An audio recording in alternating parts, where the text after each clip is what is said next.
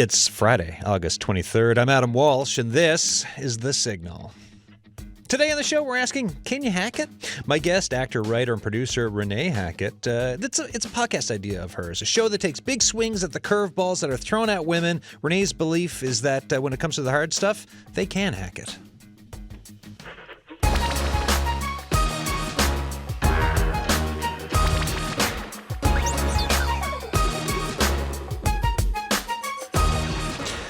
All right. The Pace Bunny is out there, off and running, and the show has started. Renee Hackett, what do you got? I'm good. How are you doing? Good. How are we here? Because we're here, like you were here, and we had a chat. That's right. And now we're back. We're back. Well, I was here doing, we're doing promo and interview for Mrs. Downstairs. Yeah, exactly. Mary and John, Dave. And I had mentioned that I had this idea for a podcast for a long time called Can You Hack It? And I was going to do a podcast that was like super funny because I always say there's a lot of things I'm not. I'm not a mom. I'm not a partner. I'm not a homeowner. All these sort of guideposts I'm not. So I wanted to do a podcast with a friend. Like the topic of the week would be motherhood. And I'm like, I'm not one. Let's give advice about something we know nothing about. And then I thought, wait a second. I think I'd like to do something that really dives into the hard time I was having, which is where this particular episode comes from. I had a really rough year, and I thought, how do I get this out? How do I deal with this? What's going on with me? I was at doing all these wonderful things in my career, and I just couldn't hack it. I couldn't get through it. My brain was foggy. I wasn't sleeping. There was nothing. I couldn't. I had 2 writing rooms. I was in class with one. I was writing another season of a show I'd created, like the highlight of my dreams, really. And I couldn't process any information. And I thought, oh my gosh. And then when you mentioned we should, do this Can You Hack It idea on the radio and chat about a podcast, I thought that's what I want to talk about.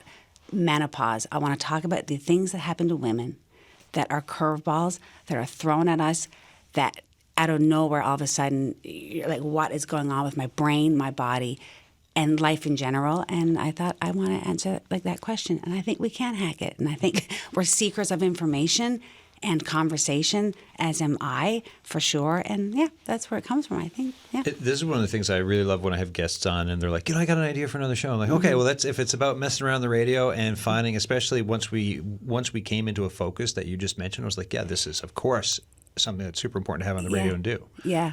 So I love it. It's a great opportunity because it's an idea to do as a podcast, which would be, edited and stuff like this. But when you said, let's do it live, I thought, why not? Let's just dive deep into something I've never done. Let's just go without a safety net.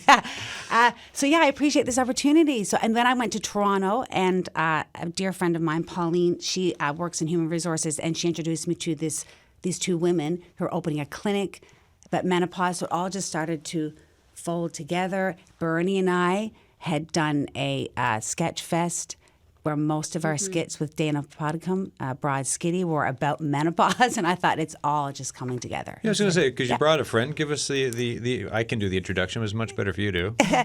Bernie Stapleton, my dear friend, and everyone loves Bernie. She's a fantastic actor and writer. And just I was up for the Siminovich Prize, a finalist. And your number one fan. As Bring Your Friend to Work Day. So Bernie and I would talk about menopause a lot during our Sketch Fest, the first ever St. John's Sketch Fest. And then I thought, what better person to have on chat about it? Yeah, we did a provincial tour last fall, and Renee and I were driving together through all the nooks and crannies of the province and found ourselves talking about the mysteries of our own nooks and crannies and having these conversations in the car about the mysteries of menopause and also finding the humor in what's happening, but also sort of busting the whispers because I was thinking while you were talking, Renee, that definitely in my lifetime, certain things were only spoken about in vague whispers and asides, such as when your periods start. And definitely no one ever talked to me about menopause. And as Renee was saying, we were making skits about it because humor is a great coping mechanism, to talk about the different things that happen. But really what lies underneath is really difficult and hard to grasp. especially as Renee said, when you're going through a process and you have absolutely no idea what's going on. Yeah, and I thought of it as like your heart, what's going on in your heart, like your body and brain are completely betraying you and betraying. It's just a mishmash of like, what is today going to be like? It's very difficult. I sort of, one minute you feel like your normal self, and then for me personally, I think every story is different. I just dove headlong into, I was having a crisis of faith. It was just a deep crisis of what is happening. And I'm someone that loves, when I'm relaxing, I mean, I can super relax. No one can watch as many game shows as I can, or episodes of, reality TV. But when I'm on and working, I have another gear I can get to. Like a lot of people, we're in a business where hustling is important and where you're doing multiple projects and wearing multiple hats. And I just could not get to that gear. And it was deeply terrifying for me. And I would always talk about it. I was talking all the time with my mom. I was constantly talking about it's got to be menopause. It's menopause. I guess that's what's going on, not sleeping. And so I'm interested in talking about it and removing all of the stuff, the negative stuff that's attached to it. It's just myths, yes, stigma, lack of information, Absolutely. lack of talking about it, lack of it, the fact that it's not present in a lot of popular culture, right? Like, here's a stat, right? Menopause Foundation of Canada. There are more than 10 million women in Canada over the age of 40. They represent 1/4 of the population. Their needs related to menopause have been overlooked, right? And that's, again, from the Menopause Foundation of Canada. There's a Menopause Awareness Day coming up in October. The month is in October as well. A couple extra stats here. 3 out of 4 women experience menopausal symptoms that interfere with their daily lives. The average Canadian woman will spend up to half her life in a menopausal state. So that's perimenopause, menopause, postmenopause. Yet, stigma, and it's not talked about a lot. Not talked about a lot. And there's some weird shame attached to it. And there's something so liberating about aging. There's so much, especially as a woman. I am a woman. This is what I know. It's just so freeing and liberating to remove so much pressure that you put on yourself as you're getting older. And you reach a certain moment and you feel, oh gosh, I feel really comfortable in my skin. And then it's like, whoa, I've never felt more uncomfortable in my skin. And I thought, I need to try and attack this because I don't, and trying to find the information about it and talking about it and where do we get answers, actual answers of how to attack it and approach it. And so, which is again where this particular episode came from. And I just, dove deep into it. Yeah, I mean, I'm a 44-year-old dude, but just like thinking in pop culture references for myself, all that comes to mind is like Mrs. Doubtfire, right? Like, that's about it. That was the early 90s, not much else out there now. There is, and later in the show, there's a podcast I was listening to the other day. There's more stuff now in recent years, and you mentioned you got in touch with a couple doctors. I did. I got in touch with Dr. Wagani Filate and Dr. Sarah Shaw, and they're opening a clinic called Loom in Toronto in November 2024, this fall. And what Loom is, it's like an elevated healthcare destination for women founded by MDs, female MDs, and they are empowering healthy aging in a preventive, personalized, and holistic way, is what their website says. They specialize in disease prevention, menopause, and sexual health. Doctors Filate and Shaw, how you doing? We're doing great. Terrific. How are you? Good. Thanks for coming on the show. So let's build on the description there that Renee was just giving. Just talk about the discussion that led to the start of Loom and the importance of having an elevated healthcare destination for women. It's so nice to be here today. Thank you for having us on. Thank you. And what started this? I think part of what started it is we all went to medical school quite a while ago. So I was in medical school in 2002, and I had exactly 1 hour of education on menopause care. And I'm a family physician, and that is all the education I got. So as I started my practice and then my patients and I grew older together and into perimenopause, it became increasingly obvious how poorly we serve women in our country and across the globe, and we need to do better. So really the impetus is building the dream clinic that we would like to have as patients ourselves, and that the clinic we want for our sisters and friends and colleagues and mothers to do better for women in medicine. 1 hour. That's that like 1 hour. That just. I know Renee's got some questions to ask you too, but how did, like, you've got your clinic for what you're talking about, bringing in change that way. How does change get brought in from med schools to say this is not appropriate at all for, like, it is way, way, way too lacking? I think part of we the did issue. submit. Oh, go ahead. Go ahead, Wagner. No, I was just going to say, Sarah, you'll talk about what we submitted to the House of Commons, but even more so, a lot of that has to come from advocacy. It has to come from educating the public, letting them know that there is this huge gap among physicians. So it's not your doctor's fault that they are not able to provide the care that you need. They are just not taught. They're unaware. So we need advocacy from the patient population. We need advocacy from the medical community at large. And I think that's when we're going to start to see some change. And the tide is shifting. As you know, the menopause discussion has now been on the radar of the public. You see it all over social media. So I think we're getting to the time where patients and the medical community are saying it's not enough anymore. Renee? Fabulous. Hello again. Hi. Hello. Hi. Thank you for coming on. We're so happy to be here. Thank you for having us. Wonderful. I wanted to ask you, we talked the other day briefly about some myths of menopause, and I'd love if we could chat a bit about that right now on the air, because there's so much misinformation out there.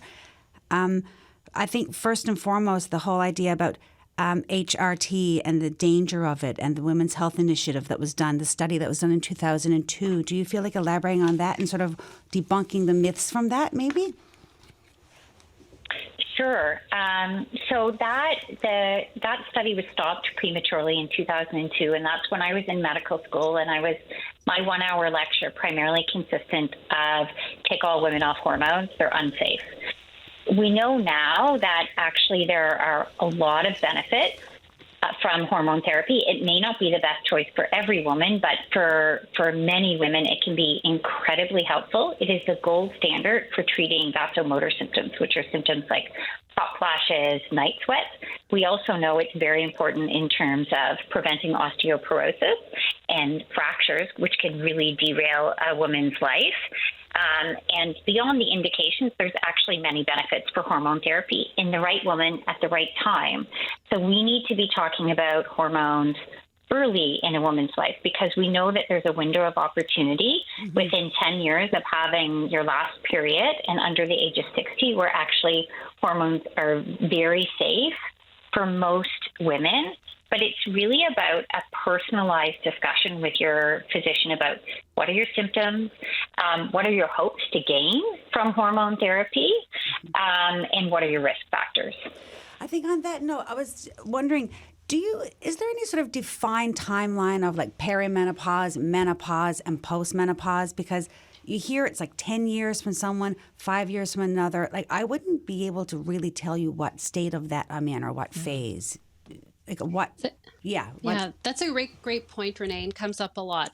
So in Canada, the average age of menopause, which I must say is actually 1 day where you have been period free for 12 months. So that age in Canada on average is 51. So every day after that 1 day, you are in postmenopause. So many of us can spend a third of our life postmenopausal.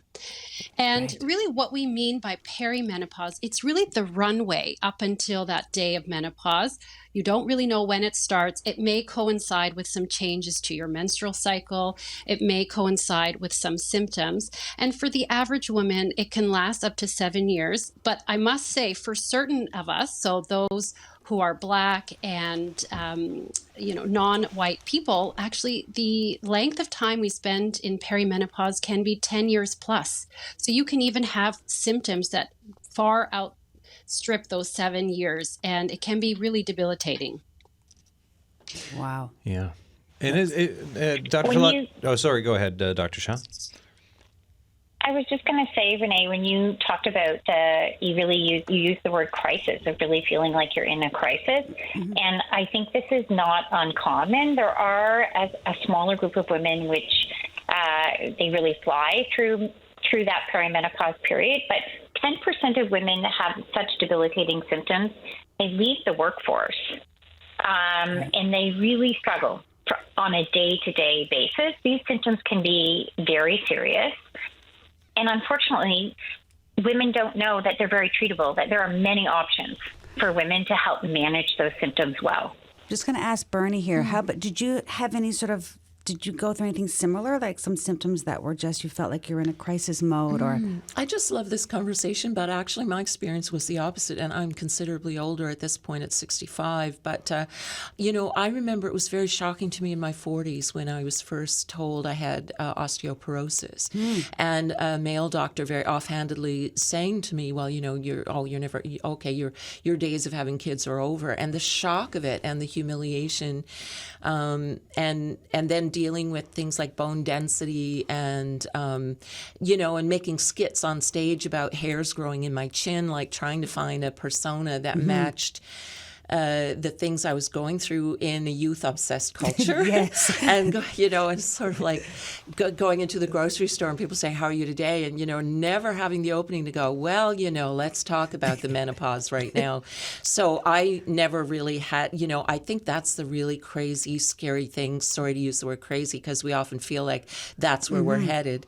But I think I'm an example of how there's no goalpost, like there's no like, okay, you are here. And then you're going to hit this benchmark, and then this benchmark, and it's going to be over. And even 20 years later, like I still have days when I think, wow, this is still going on. Right. And so that's why I'm so happy to be having this conversation, like out in the broad daylight, so to speak. And I love that you just said that whole humiliation thing, because it is humiliating. You think you have an idea of it when you're younger. You think you're all of a sudden, but when you're sitting somewhere and you're visibly like having a hot flash, you're sweating, your brain is all foggy. It's humiliating. It's embarrassing, and you're trying to stay on top of it, and it's all you can think about, and trying to have a normal, quote unquote, normal conversation or day while this is happening. I just think about the shame that's involved in things that we don't want to talk about. Like we talked about another myth the other day as well about how sex is always painful after menopause, and you don't want to talk about that with people. But I don't know if you have any insight on that as well. Oh, for sure. I just came from. Go ahead, Sarah, please. No, Sarah, please go ahead. I just came from a hike with a bunch of girlfriends that I've had since high school. And the whole conversation was around menopause and changes around your sex life and how important it is that women know there are changes. There's no doubt about it. And those changes are progressive. It's called the genitourinary syndrome of menopause, where women start to have vaginal dryness. They can have an increased rate of urinary tract infections, pain with sex. All those things do happen, and unfortunately those symptoms get worse over time.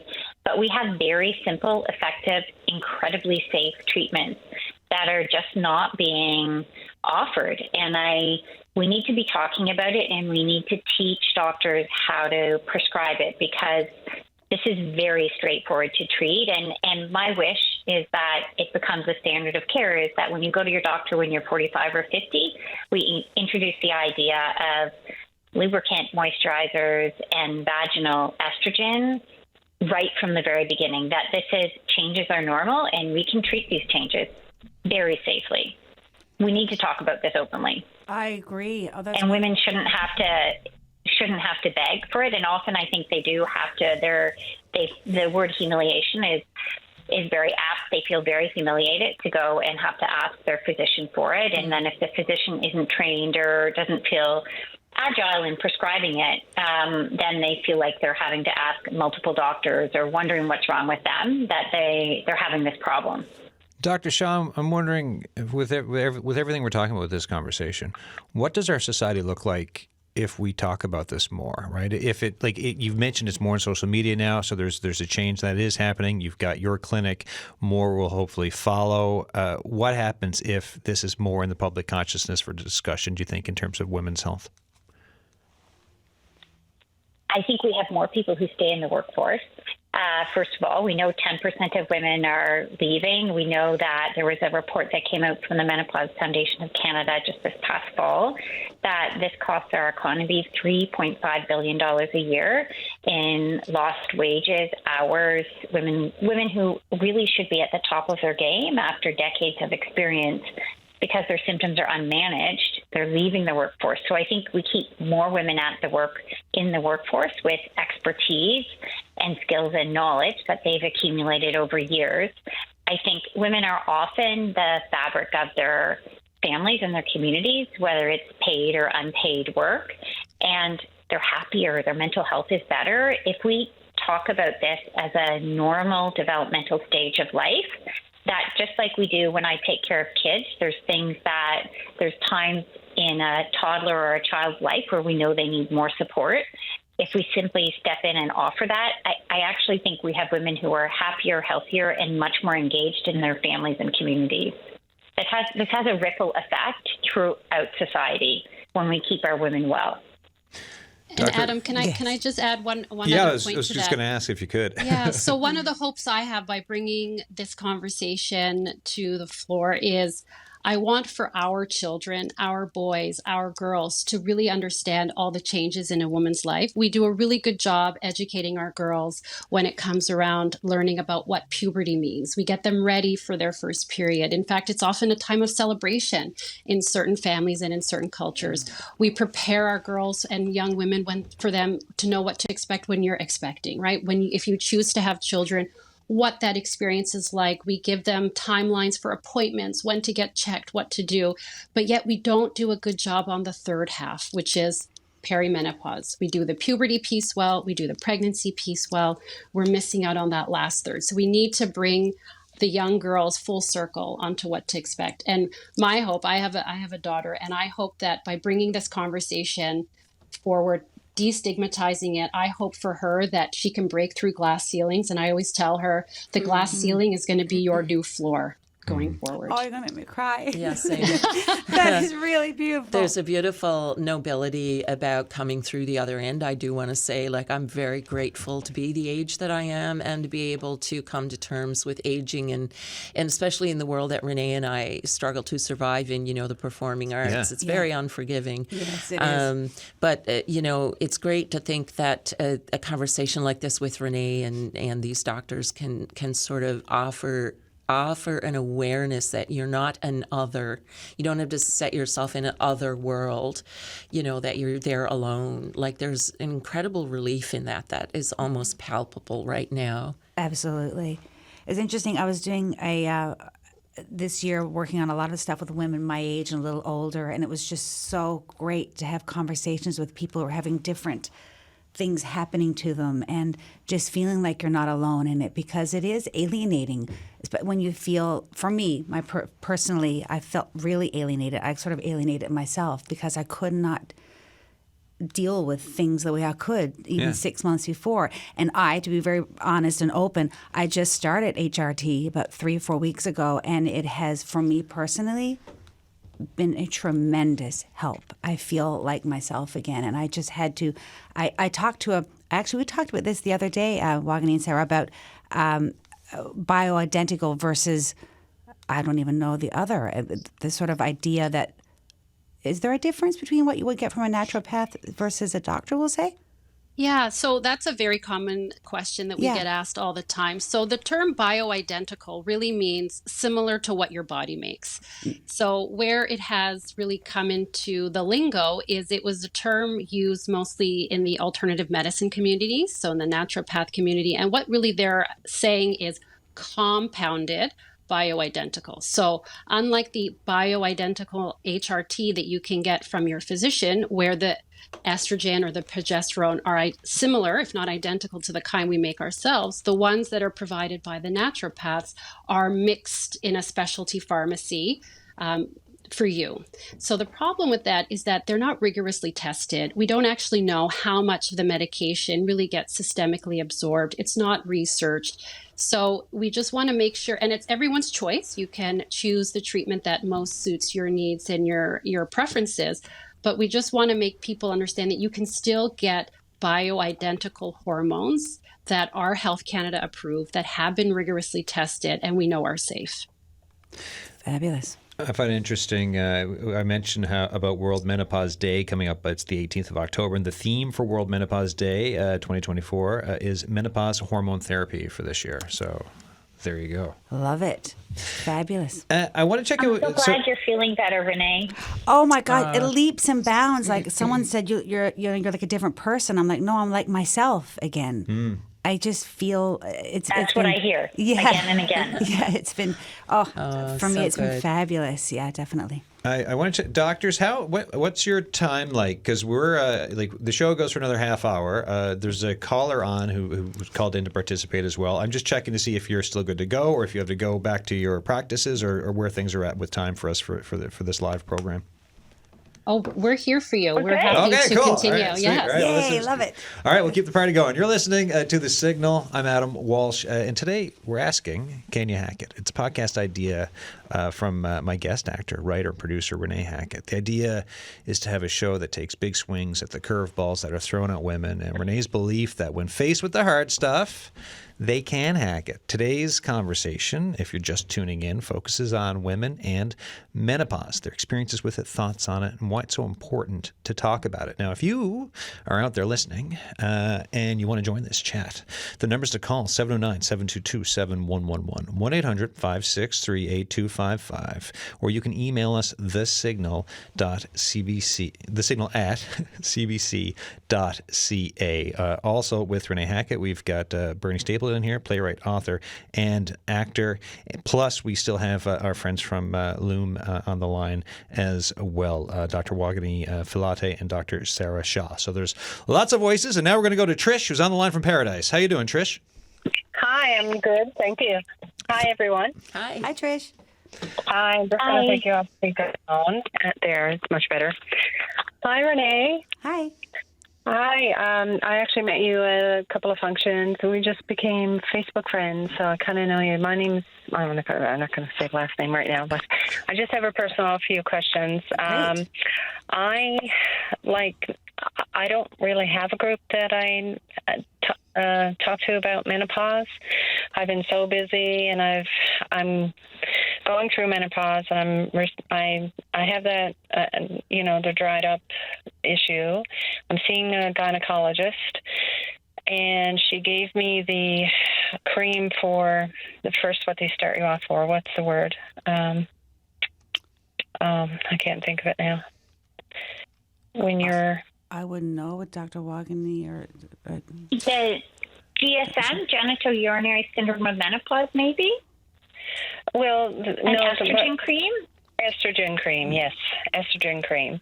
So we've been trying that for 3 months. And there seems to be no change. So now she's actually prescribing me something else, which I'm starting this week, because that cream didn't work for me and for 3 months. And she said, well, usually it does work. But what's your experience with it? Because I really don't know nothing about it. And so those vaginal creams are really good. So estrogen, but this is local estrogen, and it can come in a few formulations. So sometimes it's about finding the right formulation for a woman. So it can come in a ring that goes in the vagina that stays in for 3 months. It can come in a cream. It can come in a cream that goes on the outside, like not just in the vagina. It can come in a tablet. And we have a couple of newer products on the market. One comes in a little ovule of vaginal estrogen. There's also something called Intrarosa, and that is a steroid formulation that gets converted into testosterone and estrogen. So women and men both have estrogen and testosterone in their body naturally. That is normal. But at menopause, women lose their estrogen and the testosterone. And there's an area, the area in between the vagina and the anus called the perineum, which actually has more androgen receptors in it than estrogen receptors in it. And sometimes that responds better to this newer product Intrarosa. I don't know. It also goes by the name prosterone or DHA. So sometimes it's a matter of finding the right product. And it's also worth, it sounds like you have a gynecologist, which is fantastic. I'm so happy to hear that. It's always worth doing a physical exam, because sometimes there can be some other dermatological issues like skin issues. in this area of the body. So if it's not responding to one, it may mean that you just need a different formulation. It may also mean that it's worth taking another look to make sure there's not a dermatological issue like lichen sclerosis. Okay. I'll mention that to her in my next meet. But I also like to reach out in my area and find a group, like a support group for menopause. And I really don't know where to go. And Renee, are you in St. John's? Or? I am, yep. Yeah. Do you have any resources like that I can maybe connect with? You know what? I don't know of any groups. I mean, I happen to have a lot of dear friends who are in my age group who are very vocal, and a lot of them, study human behavior for a living. So we're not afraid to talk about it. So I have a lot of great conversations. But I don't know offhand I don't know if there's any sort of group. Do you, Bernie, that would be around for? I don't. Well, I will say, folks, if anyone out there does know of a group, the email, thesignal@cbc.ca, and Trish, I'll send you a note on that. Oh, perfect. And yeah, that's where I am right now. And it's just trying out these creams and seeing where it goes and following up with my gynecologist and stuff and staying, taking care of me, right? Because this is where I am in my life. And I, just calling the radio station and I saw this, Renee, that you were putting this out today, and I was like, oh my God, I got to call in. I need to know like where I am and that just to talk about it and, just get some information. And I've been listening to you, and I'm going to still listen to the other callers that are calling in as well, if there's more information that I can learn from. Well, I think, Trish, too, I think that I've learned this year, and I'm hoping people like you and us today are noticing that one big thing is that we're not alone. That this is a natural part of our lives, and a lot of people are going through it. So talking about it, calling in like you did, talking to friends, not being afraid or ashamed to say whatever you're going through. I think just knowing that, I think hopefully will help, just to know that you are absolutely not alone and feeling the things you're feeling, Yes, and probably, the St. John's Women's Center might have something. I don't know. I'll look up what I can find. Your gynecologist might know, actually, as well, possibly, other resources. Yeah, that's what I'll do as well. Yeah, excellent. Well, it was very nice talking to you. Thank you for, I'm going to thank you for helping me. And I just took time to just kind of sit and, make this phone call. And, it's really nice to hear, professionals on the other end and, this being brought to the radio today. It's excellent. Oh, wonderful. I'm glad you called in, Trish. It's great. Thank you. All right. Thank you. Bye. Trish, you are not alone, Trish, and I hope maybe some listeners out there might want to start a support group with Trish. That would be amazing. Yes, I'm good at actually at starting groups and committees and things like that. So I think in my area, I will actually reach out and do something like to help each other. Yeah, for sure. It's a great idea. Yeah. Okay. Thank you for speaking up. Have a good day. Yeah, You're welcome. Thanks. Bye. Bye. Thanks, Trish. Bye. And folks, as you're listening, if you want to join this conversation, 709-722-7111, 1-800-563-8255. We're talking about experiences around perimenopause, menopause, postmenopause, thoughts on it, why it's so important to talk about it. Join the discussion if you're listening. And the spirit moves you. The email, thesignal@cbc.ca. Just any thoughts here in the studio from what Trish was saying? Renee, any thoughts from you on that? Well, I know what it's like to not know and to not know where to get answers, and I'm really happy she called in to talk about that while we had these lovely, fantastic doctors on the line with us, and I hope that Trish does see that she's not alone, because like I was saying earlier, it is really alienating. It's hard to, especially be someone who is communicative, who is social. I thought, if I'm someone who's having a problem, and I have a lot of people that I can talk to, and I am someone, again, who likes to know why I'm feeling the way I'm feeling. I dive into that for a living and just naturally as a human being.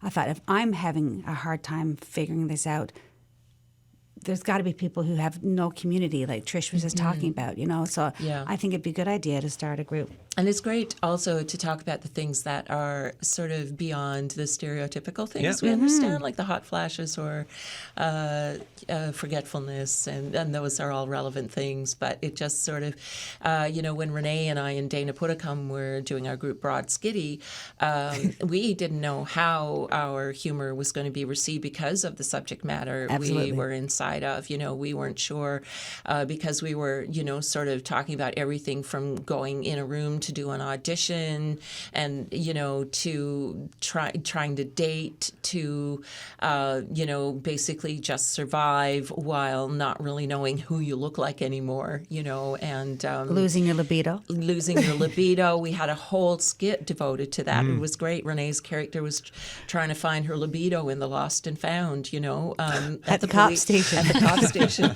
I don't know. It just went. I had it, and then it was gone. And then it was gone. So we really lugged it all out and unpacked it in the broad daylight. And I think the more that we can do that, because there's going to be a different issue with every single woman. Yeah.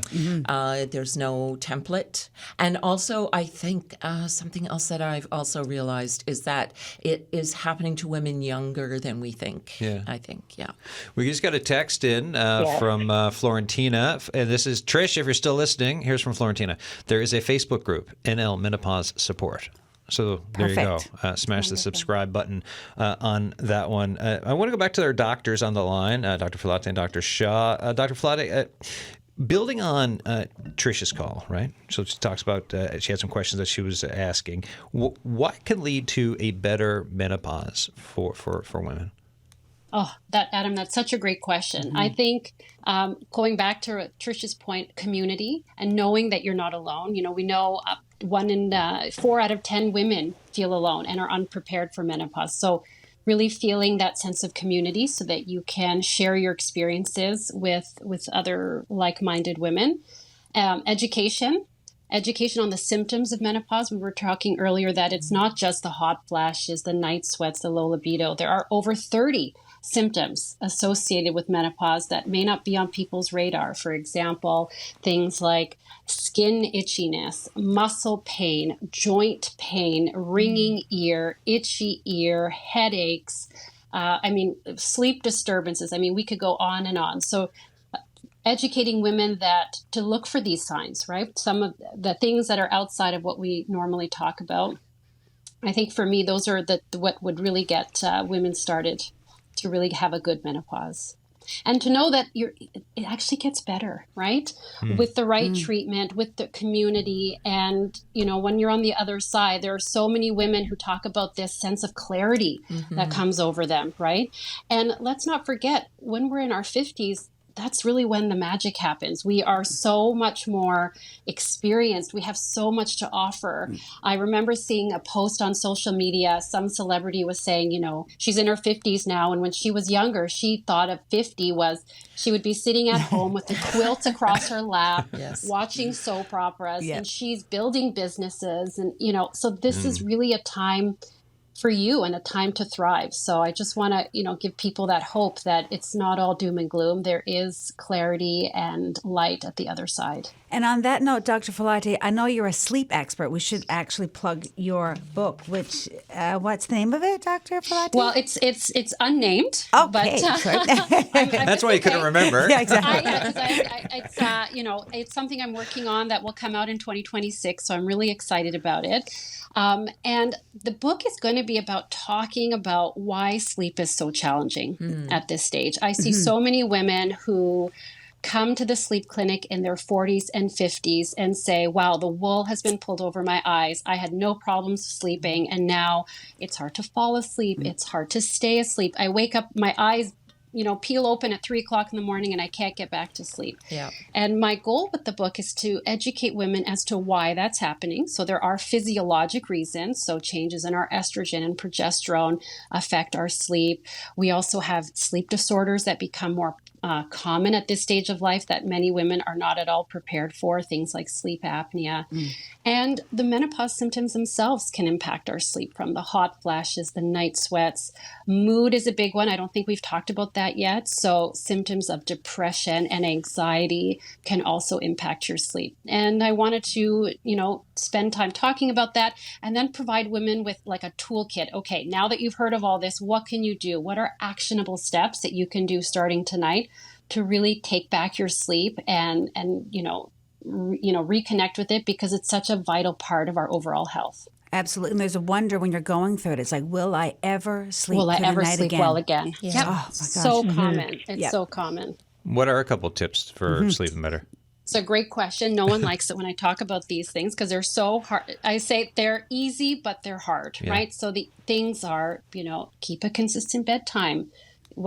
Try to go to bed the same time every night, including the weekends. Try to be disciplined with the electronics. And that's where it's hard. It's even hard for me. No night is perfect. But we recommend 1 hour before bed to really shut down things that have screens. Patients will tell me, but I have my phone on the night mode, or I have these special filter glasses. So, that doesn't work. You really need to disconnect completely from all electronics. And then patients will say to me, but then what do I do?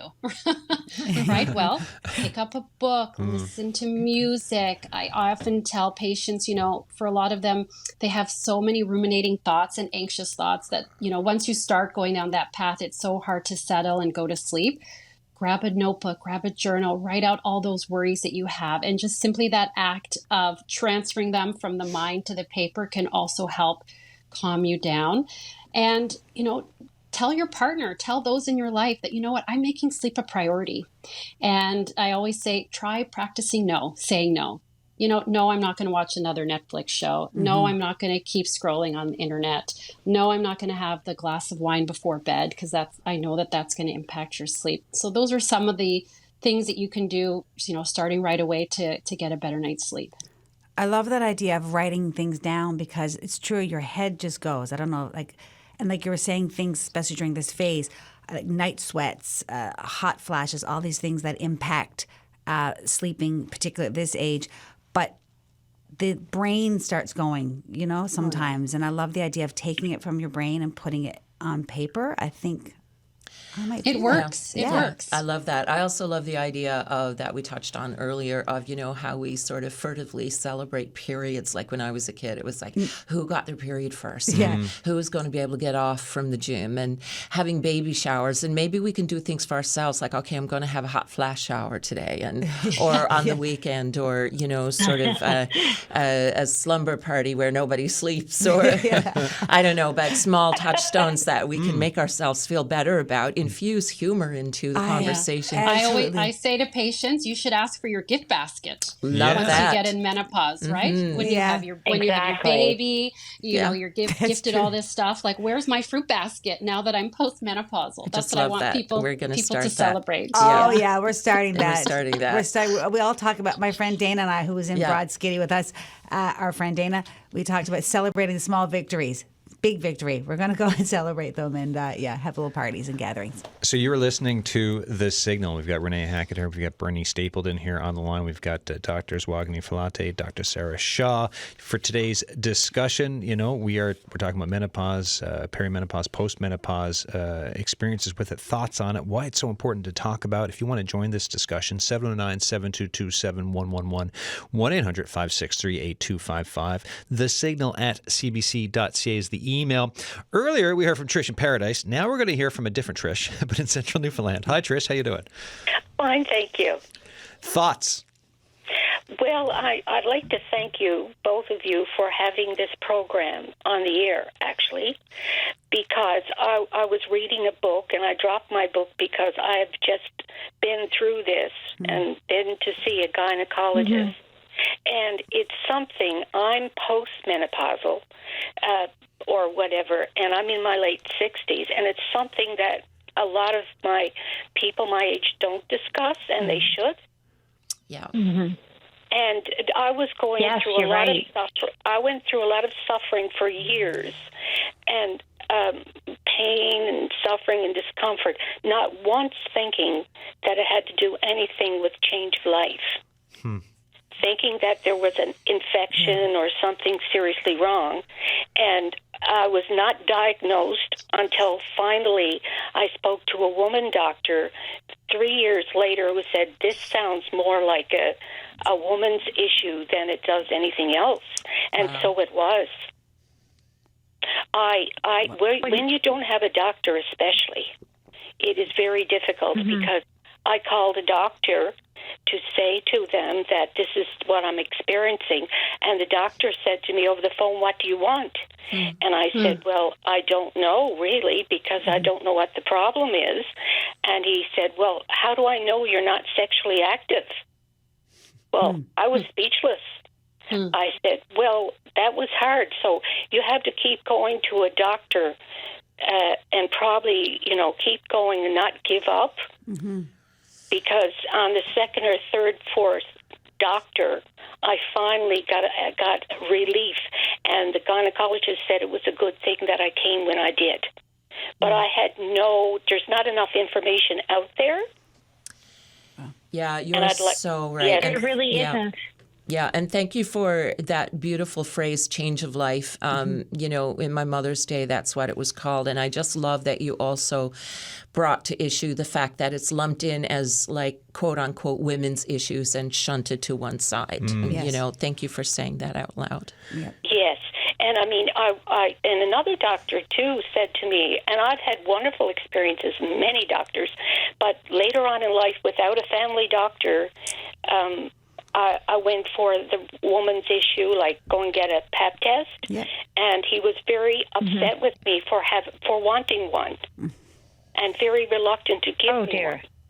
Yes, and I think doctors have to have more awareness of women's issues as well.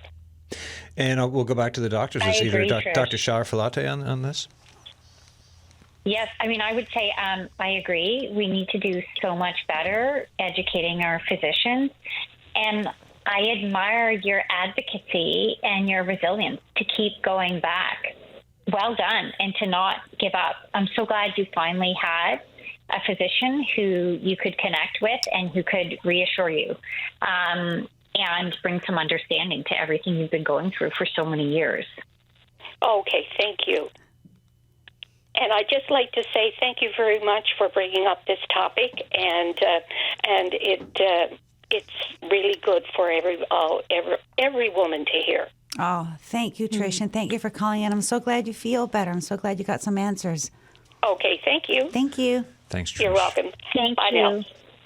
Really, one conversation like this sparks so many more conversations. This is exactly what we need to be doing.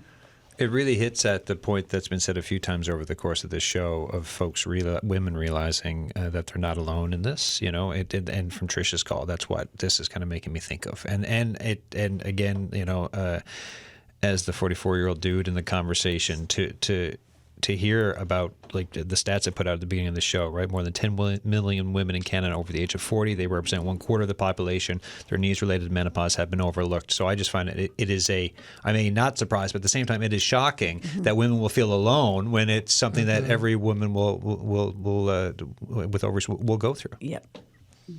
Can I just add another thing that, Adam, you bring up a good point. You says you're a 44-year-old dude, but I think we need to include more men in this conversation. Yeah, absolutely. Right? What can help with that? Again, I think it's exactly what we're doing today, starting the conversation. Adam, you go back to your friends when I don't know what you do on a Friday night. If you're with your guy friends, you bring up the conversation, tell them what you did today, and, let the partners and the men in our community know that they really are our allies, and they need to be a part of this conversation. They need to know about the changes that women are going through, so that they don't say, oh, my wife is, she's just going through something, and really dismissing her symptoms, when in fact she's actually going through real medical changes that can be treated. So I encourage you, and if there are any men listening, to start that conversation among their peer group. Yeah, practice of some empathy, right? Yeah. And I think this should be part of our sex education curriculum in schools. It should not just be about puberty. It should really be about the entire life cycle. I have 4 sons at home, and they know all about vaginal estrogen, all about menopause. I love it. And they should know it from the very beginning. Just like we teach about sexually transmitted diseases and condoms, we should be teaching about menopause. As we round the corner to the last 4 minutes of the show here, before I let the good doctors go, Renee or Bernie, any other thoughts or comments for the doctors before we let them go for today? What can we expect for the launch of your clinic? Is there anything that we can do, or what? You don't have the dates? Is it November, you say, in Toronto, right? Young and Bloor? That's exactly right. So the soft launch is late November, and then we'll be up to capacity in January. And we have 4 programs. One is on menopause support. One is on pelvic health and sexual wellness.